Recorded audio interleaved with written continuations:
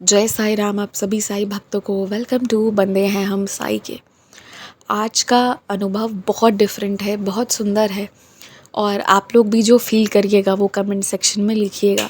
पर सबसे पहले मैं आपको शॉर्ट में एक लीला बताती हूँ।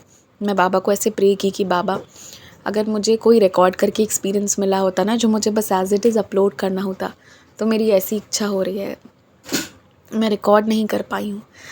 और आप देखो बाबा के आशीर्वाद से मैंने जैसे फ़ोन खोला, सिर्फ एक्सपीरियंस ही नहीं, मुझे तो ये थंबनेल भी उन्होंने बना के भेजा, डिवोटी जो है उन्होंने खुद ही, तो मैंने वही अपलोड कर दिया।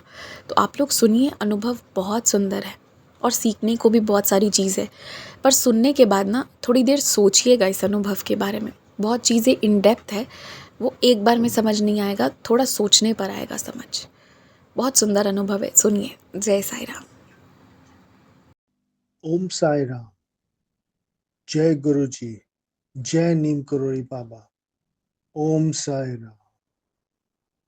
ये कुछ छोटी सी कहानियां हैं, शायद किसी के काम आ जाए तो मैं शेयर करता हूं। I saw guru ji and I saw Sai Baba at the same time. Now Sai family, आप पूछ सकते कैसे। एक समय कुछ साल पहले मैं काफी बीमार था।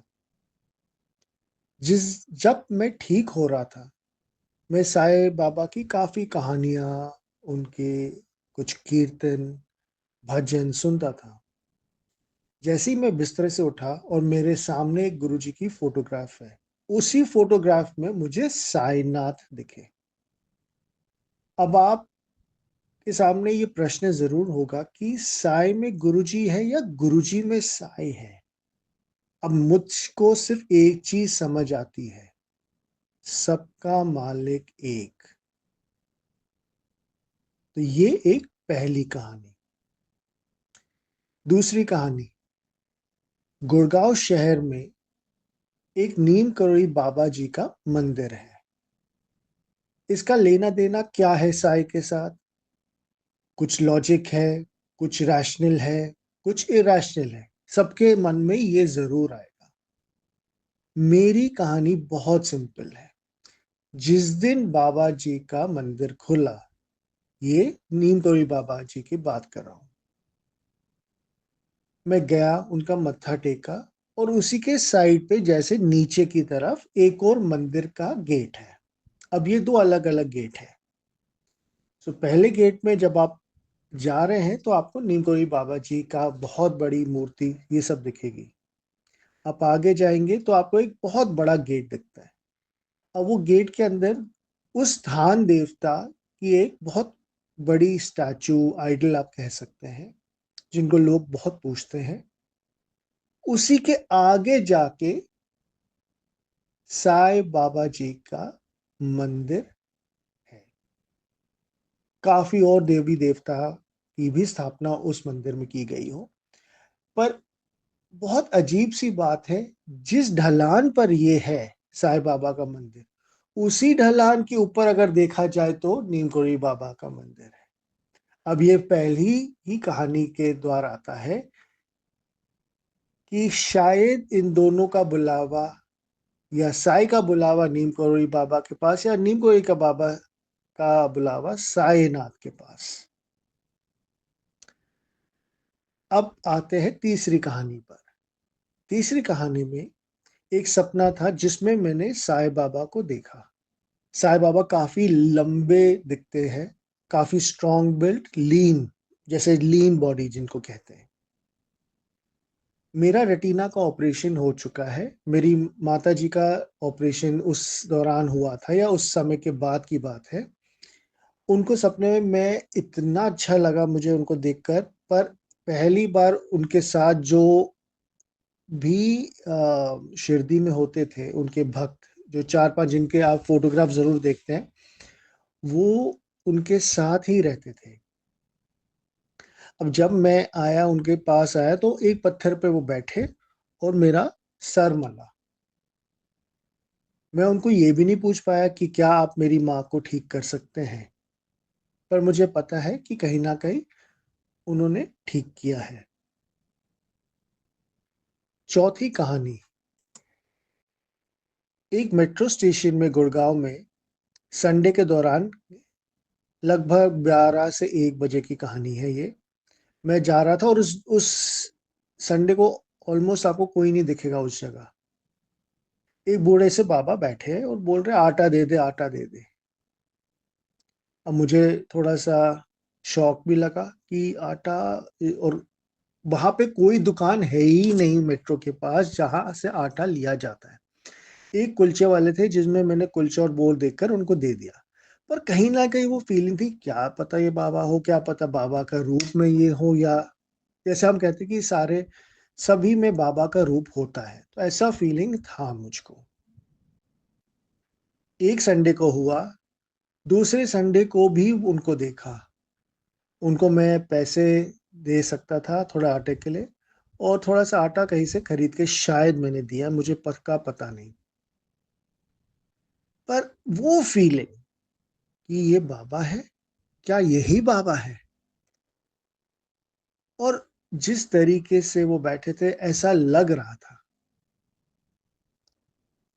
अब ये तो वो ही जाने कि कौन थे और क्यों हुआ ये चीज़। अभी ये चौ 5th जो स्टोरी है, ये है कि जभी भी मैं मंदिर जाता हूँ, तो पहले मैं शिवलिंग पे हाथ रख कर उसको नमन करता हूँ। साइड पे उनके लेफ्ट साइड पे है Sai Baba. So left side मतलब दूसरा मंदिर बन जाता है छोटा-सा। उसमें साईं बाबा की बहुत अच्छी मूर्ति है।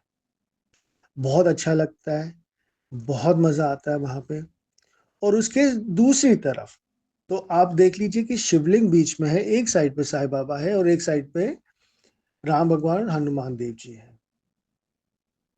अब इनको जब आप प्रार्थना करते हो तो कहीं न कहीं ओम साईं राम से मैं राम, राम, राम, राम चांट करने लग गया हूँ।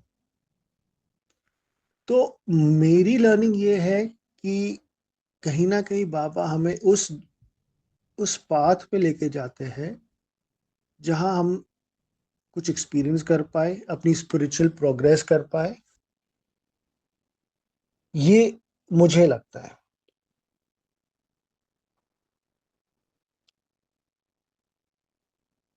अभी एक और कहानी है, ये कहानी एक सपने की है। इस सपने में मैंने छोटे में विस्तार में बताऊँगा आपको। इस सपने में मैंने एक घर देखा जिसमें नीचे मूर्ति है साईं बाबा की, उसके सामने है शिवलिंग व्हाइट में, और घर में कोई रहता है ऊपर की साइड, नीचे की साइड नहीं। तो एक कंपाउंड वॉल है और आगे भी घर है, पीछे भी घर है, छोटी-सी गली है। गली मतलब जिसमें आप कार आराम से चला पाएँ, कोई दिक्कत ना हो। मैं जैसे ही उस घर की तरफ जाता हूँ, पीछे से हवा आती है और मैं देखता हूँ बाबा वही शर्ट पैंट, पर ऊपर का उनको साइड फेस देख पाया, पर उन्होंने मेरे को पीछे धकेल दिया कि आगे मत जाना, इस उस घर के आगे मत जाना। अब मुझे नहीं समझ आई क्यों, क्यों नहीं, पर मैंने ज़रूर उनसे पूछा कि आप यहाँ कहाँ से, यहाँ कैसे आ गए?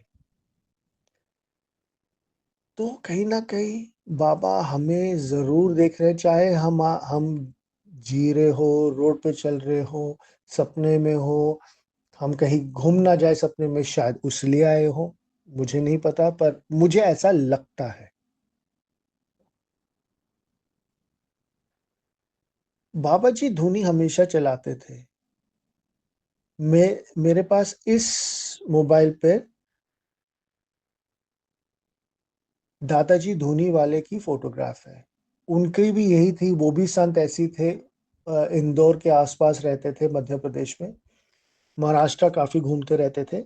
सो कहीं न कहीं मुझे ये लगता है कि सभी संत एक-दूसरे को जानते हैं और उसी समय की ये बात थी।